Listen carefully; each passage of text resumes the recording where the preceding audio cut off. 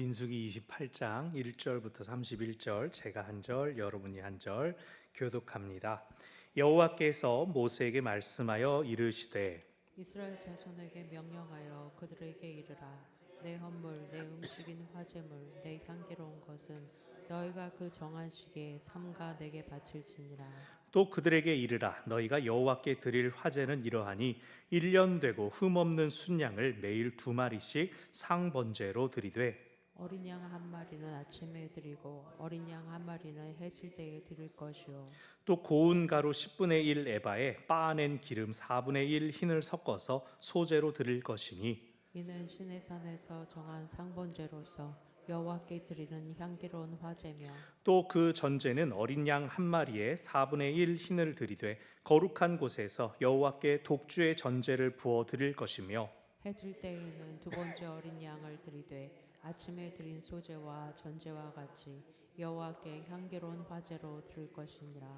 안식일에는 1년 되고 흠없는 순양 2마리와 고운 가루 10분의 2의 기름 섞은 소제와 그 전제를 드릴 것이니 이는 상번제와 그 전제 외에 매 안식일의 번제니라.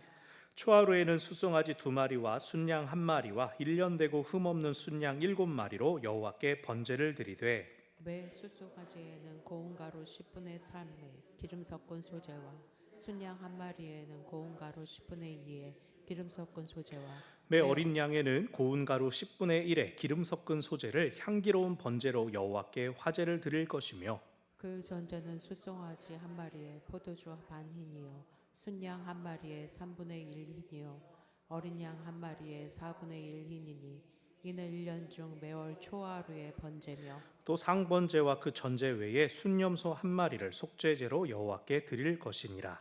첫째 달 14째 날은 여호와를 위하여 지킬 유월절이며 또 그 달 15째 날부터는 명절이니 이래 동안 무교병을 먹을 것이며 그 첫날에는 성회로 모일 것이요 아무 일도 하지 말 것이며 수송아지 2마리와 순양 1마리와 1년 된 순양 7마리를 다 흠 없는 것으로 여호와께 화제를 드려 번제가 되게 할 것이며 그 소제로는 고운 가루에 기름을 섞어서 쓰되 수송아지 한 마리에는 10분의 3이요 순양 한 마리에는 10분의 1을 드리고 어린 양 7에는 어린 양 1마리마다 10분의 1을 드릴 것이며 또 너희를 속죄하기 위하여 순염소 한 마리로 속죄제를 드리되 아침의 번제 곧 상번제 외에 그것들을 드릴 것이니라. 너희는 이 순서대로 이래 동안 매일 여호와께 향기로운 화제의 음식을 드리되 상번제와 그 전제 외에 드릴 것이며 7째 날에는 성회로 모일 것이요 아무 일도 하지 말 것이니라. 77절 처음 익은 열매를 드리는 날에 너희가 여호와께 새 소제를 드릴 때에도 성회로 모일 것이요 아무 일도 하지 말 것이며 수송아지 2마리와 순양 1마리와 1년 된 순양 7마리로 여호와께 향기로운 번제를 드릴 것이며 그 소제로는 고운 가루에 기름을 섞어서 쓰되 수송아지 한 마리마다 10분의 3이요 순양 한 마리에는 10분의 2요 어린 양 7마리에는 어린 양 1마리마다 10분의 1을 드릴 것이며 또 너희를 속죄하기 위하여 순염소 한 마리를 드리되 함께요. 너희는 다 흠없는 것으로 상번제와 그 소제와 전제 외에 그것들을 드릴 것이니라. 아멘. 어느 묘지에서 외국인이 국화 한 다발을 가져다가 어떤 묘에다가 헌화를 합니다.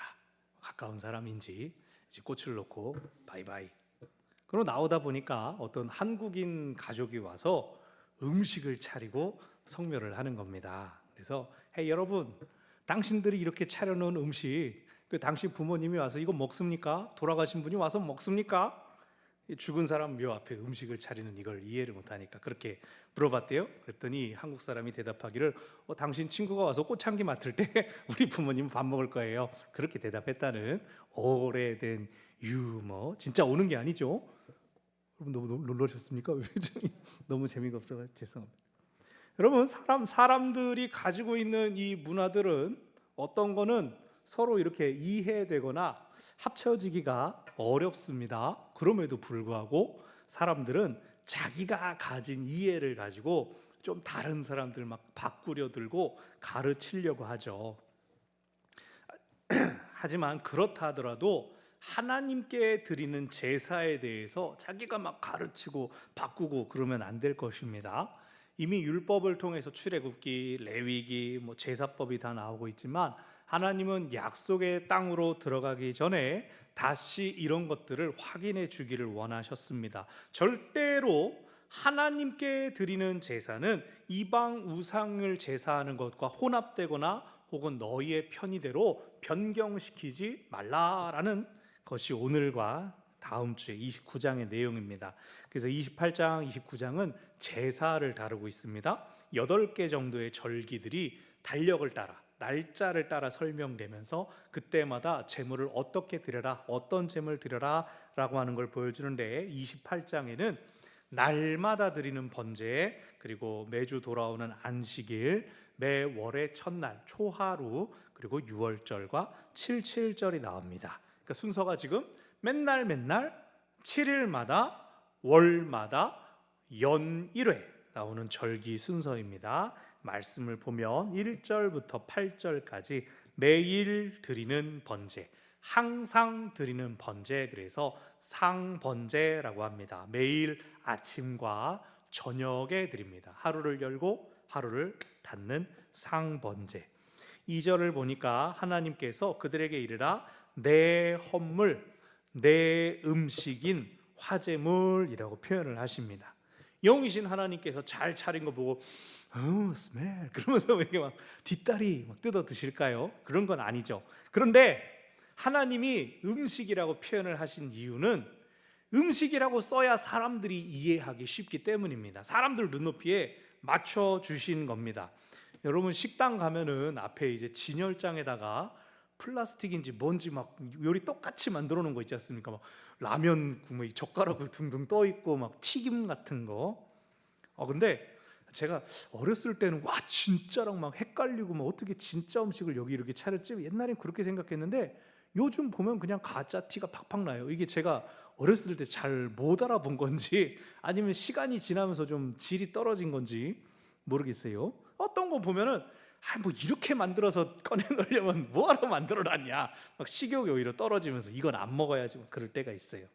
사람들이 너무 왜 진열장에 있는 거랑 다르게 나오죠? 그러니까 거꾸로 진열장을 좀 후지게 만드는 건가 뭐 별 생각이 다 드는데, 여기서도 비슷한 원리가 있는 겁니다. 상번제를 하나님의 음식물, 하나님이 드시는 것이라고 표현을 해야 이것은 사람들이 손대지 않는 오롯이 하나님을 위한 것이다 라고 생각하는 거예요. 하나님이 드실 것이라고 생각하면 좀 더 귀하게, 좀 더 정성껏 준비할 것이다. 그걸 의도해서 일부러 이제 내 헌물, 내 음식이다 라고 표현을 하신 것이죠. 그리고 3절 화제로 드릴 제물이 나옵니다. 보면은 1년 되고 흠없는 순양 매일 2마리씩인데 아침에 한 번, 저녁에 한 번이니까 아침에 한 마리, 저녁에 한 마리입니다. 4절 한 마리는 아침에, 또 한 마리는 해질 때라는 시간이 아침과 해질 때라고 나옵니다. 저녁이라고 했지만 완전 해가 지고 깜깜한 다음에 드리는 제사는 아니라는 거예요. 왜일까요? 밤이 되면 우리처럼 막 조명이 다 밝혀져 있지 않으니까 캄캄하지 않습니까? 어둠 가운데에서 이 번제를, 제사를 담당해야 되는 제사장이 실수할 수 있기 때문에 해가 완전히 져버린 밤이 아니라 해가 지기 전, 해가 떨어질 때쯤에 마무리를 하는 것이죠. 제물에 미처 흠을 보지 못할 수도 있고 발밑을 보지 못해 실수를 하면 안 되니까. 또 무엇보다 밤은 쉼의 시간이라는 겁니다. 너네도 해지면 들어가라, 쉬어라. 그래서 낮에 충분히 활동하고 밤에는 쉬게 하시는 하나님의 사랑이 있는 것이죠. 여러분, 오늘 여기 이 부분에서 우리가 기억할 게 있습니다. 우리를 빛의 자녀로 부르신 뜻을 기억하시기를 바랍니다. 우리는 어둠에 행하는 사람들이 아닙니다. 우리는 낮에 밝음 가운데 행하는 사람들입니다. 우리는 은밀하게 어둠을 즐기면서 어둠을 틈타 다니는 것이 아니라 당당하고 떳떳하게 드러나 있는 사람들입니다. 여러분, 요즘 뉴스에 아주 그냥 시끌시끌합니다. 아주 유명한 배우가 저도 사실 좋아했었던 배우인데 옛날에 과거의 잘못들이 막 파헤쳐져 가지고 은퇴 선언을 했습니다. 처음에는 제가 뉴스를 처음 봤을 때는 하도 무슨 트집을 잡아가지고 사람을 그렇게 또 못 살게 굴었나 그렇게 생각을 했어요. 근데 알고 보니까 이 수위가 상당히 높은, 제가 여기서 입에 담을 수 없는 강력 범죄인 겁니다. 그것도 피해자가 뭐 한 명도 아니고 우발적인 것도 아니고 뭐 밝혀진 것만 4명을 이렇게 함부로 막 폭행했던 일인데, 알고 보니까 그 피해자 중에 한 사람이 광복절 막 기념사에 그 배우가 막 나와서 하는 거를 보고 나는 그때 당한 그 고통과 괴로움으로 지금도 숨죽이며 살아가고 있는데 아마도 이름도 바꾸고 자기 신분도 바꿔가면서 그렇게 상처를 안고 살아가는데 저 사람은 저렇게 막 그렇게 하고 있나? 그게 너무나 화가 나서 직접 언론사에 수사 자료를 제보했다고 해요. 그러니까 이 배우는 옛날에 큰 죄를 짓고 그에 대하여 처벌까지 다 받았다라고 하지만 국가 행사에도 나오고 또 이미지가 막 국가 유공자들 뭐 이렇게 돕고 바른 사람, 의로운 사람 이렇게 서는 게 도저히 그 피해자에게는 납득이 될 수 없었다는 거죠. 뭐 그걸 안타깝다고 어떤 옹호하는 사람들이 뭐 우리도 다 소년원 근처 한 번씩 가보지 않나요? 뭐 이런 소리를 하는데 누가 그렇게 죄 짓고 삽니까? 죄 안 지으려고 해야죠. 누가 죄 짓고 잘못한 거 다 가리려고 이름 다 바꾸고 막 이름 2개 3개 하고 생일도 막 나는 모른다 그러고 누가 그럽니까? 안 그러죠. 그 배우가 자기가 원래 본명이 아니다라고 하면서 뭐라고 했습니까? 지금 쓰는 이름은 내 아버지의 이름입니다 라고 하면서 자기 아버지한테 떳떳하려고 한다라고 얘기를 했는데, 사실 뭐 알고 보니까 최근에 누구도 때렸고 원래 이렇게 폭행 사건으로 많이 유명했다라는 게 자꾸 잘못들이 터져 나오니까 오히려 아버지의 이름에 먹칠을 한 게 되었죠. 뭐 피해자들에 대한 사과문 한마디 없이 나 은퇴합니다 그래 버리고 그렇게 끝났습니다. 그 뉴스를 보면서 아, 이런 일이 있었네, 세상에 그랬구나, 전혀 몰랐는데 상상도 못했는데 그랬는데, 이제 그런 일이 한번 나오니까 불미스러운 일을 일으키고 무리를 일으키고 은퇴한 또 다른 배우의 이야기가 또 조명을 받기 시작한 겁니다. 옛날에 한때 막 조폭 깡패 영화 엄청 많을 때에 엑스트라로 많이 나오던 행동대장으로 나오던 남자 배우였습니다. 이 사람은 몇 년 전에 이제 음주운전하고 또 대리기사를 막 폭행한 일 때문에 무리를 일으켜서 이제 은퇴를 했습니다. 그런데 그 사람이 이 몇 년의 시간 동안 10년 좀 넘는 시간 동안 뭐가 있었는가 했더니 이 사람이 하나님을 만나가지고 교회를 다니고 그러면서 케냐에도 선교사로 갔다 오고 지금도 자기가 해온 게 이제 연기니까 뭐 문화 선교 그쪽 사역을 계속 앞에 막 드러나는 건 아니고 이제 뒤쪽에서 하고 있다고 하더라고요. 그래서 그 사람이 옛날엔 깡패 전문 배우, 야, 이 사람은 깡패 하려고 태어났구나 옛날에는 딱 보고 그랬는데, 사람들이 그 최근의 모습이 나타난 걸 보고 댓글을 쭉쭉쭉 달면서 야, 어쩜 저렇게 인상이 달라졌을까, 저 사람 진짜 막 목사까지는 안 된 것 같은데 어쨌든 선교사라고 있는 타이틀이 눈도 이제 선한 눈이 되고, 옛날에는 야 진짜 잘 어울리는 깡패다 그랬는데 야 진짜 선교하게 생겼네, 이런 반응들이 나오는 것을 봤습니다. 우리가 다 사람이니까 우리 안에도 연약함이 있고 잘못을 저지를 수도 있습니다. 그런데 그것에 확실하게 속죄를 하고 어둠과 결별하지 않으면 우리가 빛을 향해서 있고 밝은 모습이 보인다 하더라도 여전히 빛을 받고 그림자를 뒤에 어둠에 숨기고 있는 빛의 자녀가 아니라 그냥 빛이 비추었을 뿐인 삶을 사는 것입니다. 그래서 우리는 빛 가운데에 그림자가 없이 빛 가운데 빛으로 충만한 빛의 자녀 우리가 되기를 바랍니다. 아멘. 쉬운 일은 아니죠. 다들 과거 있으셔요? 잘 이렇게 계속 빛에 살아야죠. 자, 다시 말씀이요. 5절. 고운 가루 10분의 1 에바에 빻아낸 기름 4분의 1 흰을 섞은 소제도 드립니다. 여기도 마찬가지로 이것을 반으로 나눠서 아침 저녁에 드렸을 겁니다. 여기 나온 고운 가루라고 하는 표현, 고운 가루라는 건 채 한번 걸러냈다는 겁니다. 그만큼 손을 더 쓰고 수고를 더한 귀한 가루를 이야기하고, 빻아냈다라고 하는 기름은 이제 다른 일반적인 방식과 다르게 빻아서 기름을 내면 버리는 것도 많지만 그만큼 더 순도가 높은 기름을 냈던 것을 이야기합니다. 그래서 고운 가루 빻아서 냈다, 이것은 최고의 정성을 들인 좋은 것으로 하나님 앞에 드려라라는 뜻입니다.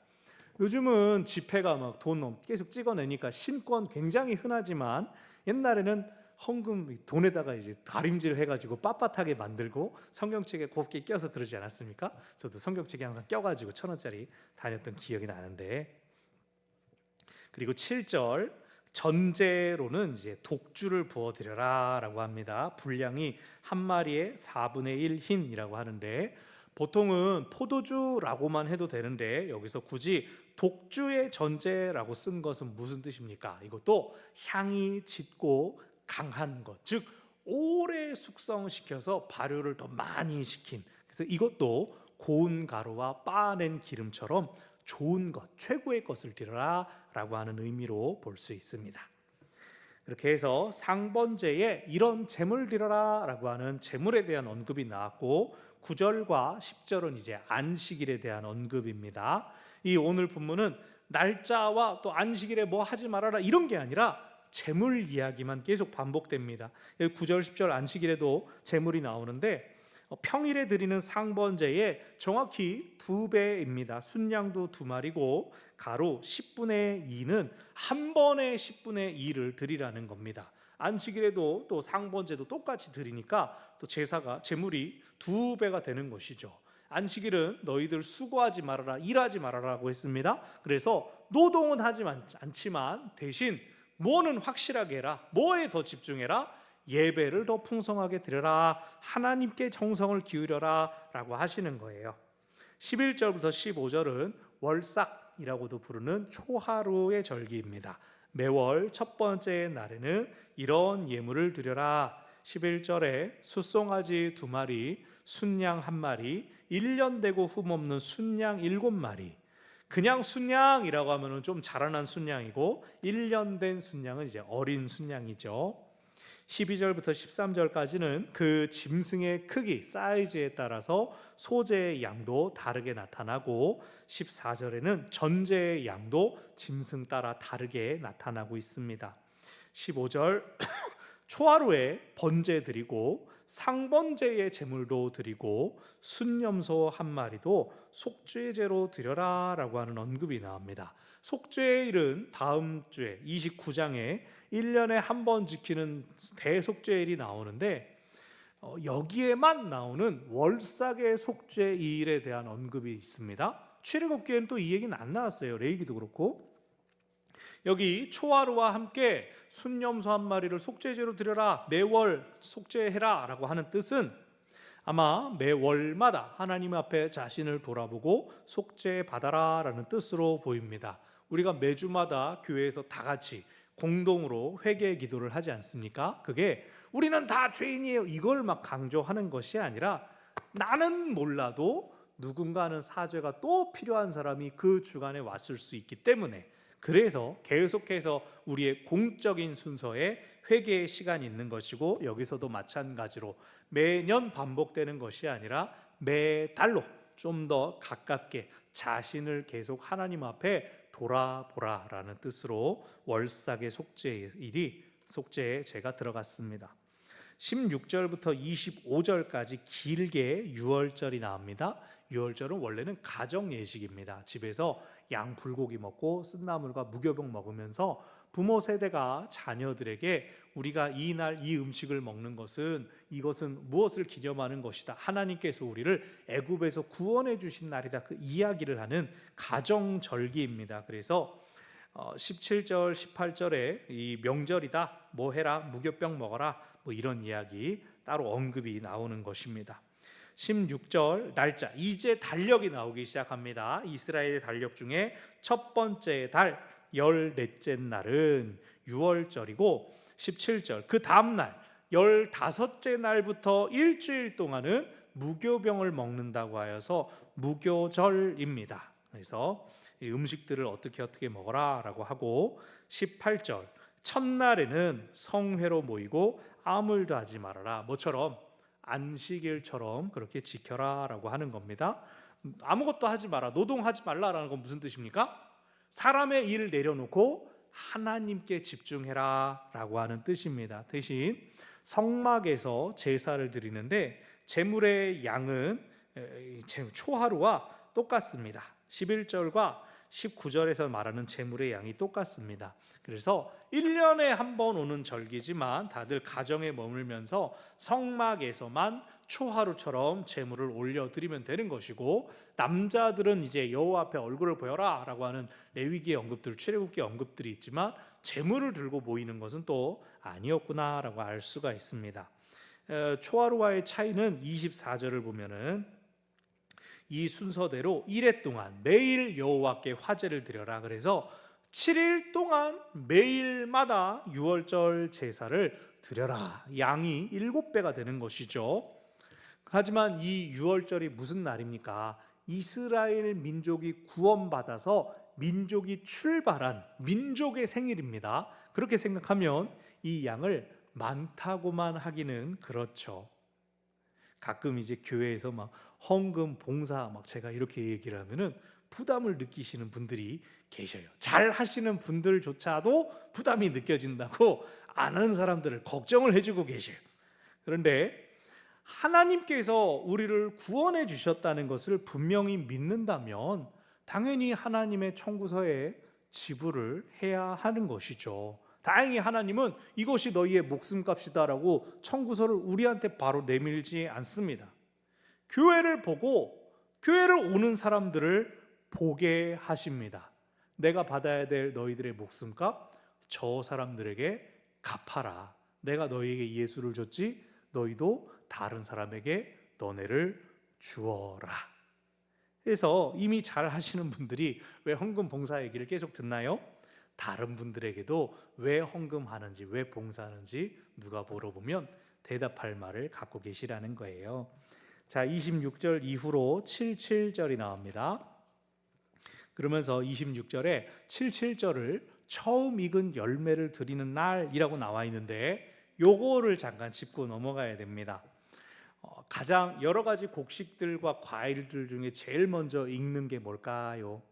빨리 파종하고 빨리 거두는 거? 그렇죠. 보리입니다. 보통 보리인데 보리를 추수하는 날은 77절이 아니라 초실절입니다. 초실절. 초실, 처음 난 것을 거두는 초실절. 이 초실절의 시기는 언제냐? 무교절에 일주일을 보내는 동안, 첫째 주 중순에서 일주일 보내는 동안 안식일 지난 다음 날이 초실절입니다. 무교절 중간에 초실절을 지키는 일들이 많이 있었겠죠. 그래서 초실절에 보리를 추수하니까 맥추절이라고 부르는데 맥추절은 또 77절과는 다르다는 거예요. 그러니까 우리가 이스라엘의 절기를 유월절 그리고 맥추절 혹은 77절, 장막절 이렇게 세 개로 이해하는데 아니라는 거죠. 첫 이삭을 바치는 초실절은 온 회중이 모일 필요는 없습니다. 유월절, 초실절, 그리고 77절 혹은 오순절 7번 안식일 7번 지나가는 거예요. 7 곱하기 7 해서 50일째 되는 오순절. 처음 낫을 댄 후로 처음 보리를 거둔 후로 이 7일을 7번 지나는 겁니다. 그럼 77절에는 뭐 거두게요? 밀입니다. 밀. 보리를 추수하고 나서 그 다음에 밀. 시기적으로는 세 번째 달 말 정도가 된다고 해요. 7째 달까지 오지 않고. 그리고 그 다음에 오는 초막절, 장막절, 수장절이라고 부르는 추수는 7째 달 15일이 되는 것이죠. 그러니까 첫 번째 달에 초실절이 있고 한 세 번째, 네 번째 달에 이 77절이 있고 그 다음에 7째 달에 초막절이 있다. 이 차이를 한번 생각해 보시고 까먹으시면 다음에 또 제가 말씀을 드릴게요. 27절 초하루와 유월절처럼 풍성한 번제를 드립니다. 그러니까 오늘 본문은 계속해서 뭐 얘기했습니까? 번제. 하나님께 온전히 올려드리는 것을 설명합니다. 이 모든 절기는 결국 하나님을 잘 기억하라 라고 하는 말씀입니다. 자, 오늘 본문은 번제로 드리는 제물의 종류들 다 비슷했죠. 양, 염소, 곡식들. 그리고 더 중요한 절기일수록 제물의 양이 많아지는 것을 볼 수가 있습니다. 중요한 것은 이 여러 개의 절기들이 쭉 나열된 거예요. 매일 상번제, 매주 안식일, 매월 초하루, 또 매년의 절기들. 의미 있는 시기마다 하나님을 기억하고 제사를 드려라 라고 가르칩니다. 오늘 말씀을 통하여 우리가 두 가지를 기억하기를 바라는데요. 첫 번째, 우리는 하나님의 시간을 사는 사람들입니다. 그걸 기억하십시오. 나는 하나님의 시간에 살고 있다. 여러분, 시간이 절대적일까요? 상대적일까요? 시간은 모든 사람한테 똑같습니까? 아니면 시간은 어떤 사람한테는 다릅니까? 다 똑같이 시계 초침이다. 이건 다 똑같은데 어떨 때 보면 시간이 완전 다르게 가죠. 우리 김주원 목사님 아들이, 저는 아직도 군대에 있는 줄 알았더니 벌써 지금 복학하고 막 이미 1년 반이 후룩 지난 거예요. 남의 아들 군대 가고 분명히 간 걸 봤는데 벌써 나왔어? 막 이래요. 근데 당사자는 들으면 미치고 팔짝 뛰는 거죠. 나는 시간이 너무나 안 갔는데 밖에 있는 사람은 시간 빠르다고 막 그래버려요. 그리고 또 우리도 어디 놀러 가고 휴가 가면 며칠이 막 하루가 금방 가요. 막 해가 왜 벌써 떨어지냐 막 이러면서 돌아오죠. 그런데 긴 시간이 있죠. 식당에서 음식 시키고 기다릴 때 왜 아직도 안 나와? 시계 되게 안 가고, 다 먹었는데 왜 밥 볶아지로 빨리 안 와? 막 이런 거, 시간이 막 길어지는 것 같아요. 또 예배 때 이제 설교할 때 이상하다, 똑같이 10분 20분인데 긴 것 같습니까? 짧은 것 같습니까? 모르겠네요. 오죽하면 이제 그런 수수께끼 있죠. 여기서 미국 뉴욕까지 가장 빨리 가는 방법, 여러분 아시죠? 사랑하는 사람과 함께 가는 것이다. 시간은 절대적으로 흐르는데 느껴지기는 상대적으로 느껴져요. 언젠 빠르게 느껴졌다, 느리게 느껴졌다, 딱 그래요. 그런 면에서 우리는 우리의 시간이 누구에게 속했는지를 기억하자는 겁니다. 우리의 시간은 하나님께 속해 있습니다. 여기 오늘 본문에 나온 매일, 매주, 매월, 매년의 절기들은 시간의 기준이 하나님께 드리는 예배에 있다라고 가르쳐 줍니다. 우리는 하나님의 시간 안에서 하나님을 의식하며 살아가야 하는 것입니다. 매일의 상번제, 오늘 우리가 드리는 새벽 기도처럼, 또 오늘 수요일 이제 저녁에도 기도회를 하죠. 하루를 열고 닫는 것이 하나님 안에서 이루어진다라는 뜻입니다. 안식일, 하나님께서 창조 사역 마치고 쉬셨던 것처럼 우리도 쉬면서 그 하나님을 기억하라는 것입니다. 그 쉼은 사람만 쉴 뿐이 아니라 사람도 쉬고 땅도 쉬고 온 세상이 함께 누려야 하는 것입니다. 초하루, 그때 한 달을 어떻게 기준했습니까? 달이 보름달이 됐다가 줄어들었다가, 이걸 달의 움직임을 보고 한 달을 만들었잖아요. 달에 차고 기울어지는 것, 즉 만물의 질서가 하나님께 속하였음을 기억하는 것이 초하루입니다. 그래서 모든 시간이 하나님을 기준으로, 하나님을 중심으로 돌아갑니다. 그걸 기억하는 것이 곧 하나님의 시간 안에서 사는 것입니다. 그러므로 우리의 삶을 하나님의 영광과 목적을 위해 사용하시기를 바랍니다. 시간을 자기 것으로 아는 사람들은 지루하다, 뭘 해야 시간이 잘 가냐, 내가 뭘 해야 잘 놀았다고 소문나냐 뭐 이러면서 자기의 즐거움, 자기의 기쁨을 채우는 데만 골몰합니다. 그러나 하나님의 시간을 사는 사람들은 그 시간을 하나님을 위하여 사용합니다. 우리처럼 지금 예배하고 기도하고 찬송하고 또 봉사하고 사랑하고 섬기고. 여러분, 우리가 쓰는 시간은 손목시계 위에서만 흘러가는 것이 아닙니다. 시간이 흐르면 뭐가 지나갑니까? 우리의 젊음이 지나갑니다. 시간은 우리의 생명입니다. 시간을 잘 쓰는 것이 잘 사는 것입니다. 하나님이 주신 생명을 하나님 안에서 하나님을 위해 사는 우리 모두가 되기를 바랍니다. 아멘.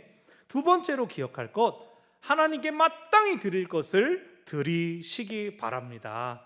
오늘 본문에 나오는 제물들, 하나님께 드릴 때는 꼭 소, 양, 염소, 이게 뭐 하나님의 취향이 있어서 그런 것이 아니라 그들의 삶을 위해서도 꼭 필요한 동물들이고 꼭 필요한 것들이었습니다. 소양, 염소, 곡식, 기름, 포도주, 다 그들이 먹고 마시고 쓰는 것들입니다.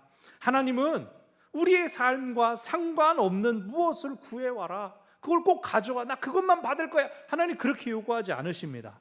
너의 삶과 내가 함께 있으니 네 삶의 일부를 바쳐라 라고 하시는 겁니다. 하나님이 우리에게 꼭 필요한 걸 하나님이 받으시겠다는 거 무슨 뜻인지 아세요? 내가 그것들 다 채워줄게, 내가 그것들 다 메워줄게, 내가 그것들 다 책임져 줄게 라고 하는 뜻입니다. 사랑하는 여러분, 11조의 함정에 빠지지 마시기 바랍니다.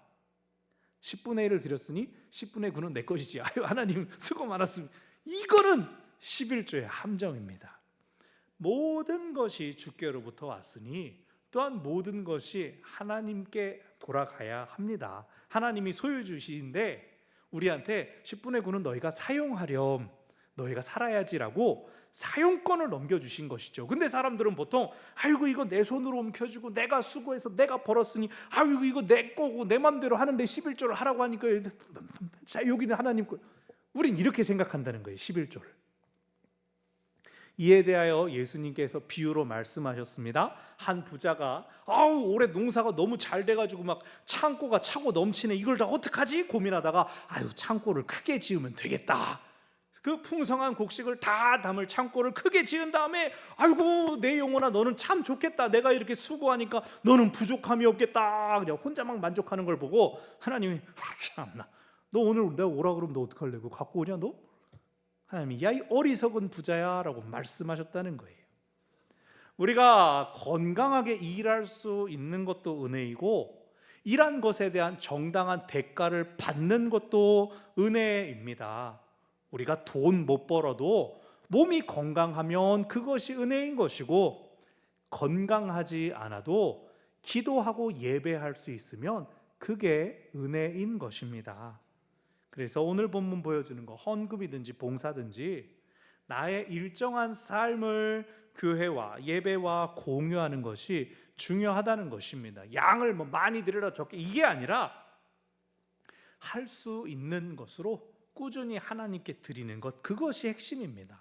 남들이 잘하는 것을 어쩌고 할 것도 없고 누구는 안 하는 거 그거 신경 쓸 것도 없습니다. 그냥 나는 내가 할 몫을 하나님께 드리는 것이 나를 하나님께 드리는 것이기 때문입니다. 말씀을 정리합니다. 우리는 하나님의 시간을 사는 사람들이니 우리의 시간을 하나님을 위해 사시기를 바랍니다. 하나님께서 우리의 모든 것을 공급하여 주시니 우리도 마땅히 드릴 것을 하나님께 드리시기를 바랍니다. 하나님께서 하나님과 함께 하나님을 위해 사는 우리에게 모든 필요를 채우시며 악한 것들을 물리쳐 주실 것입니다. 그 은혜를 받아 누리는 우리 모두가 되기를 바랍니다. 아멘. 우리 같이 찬양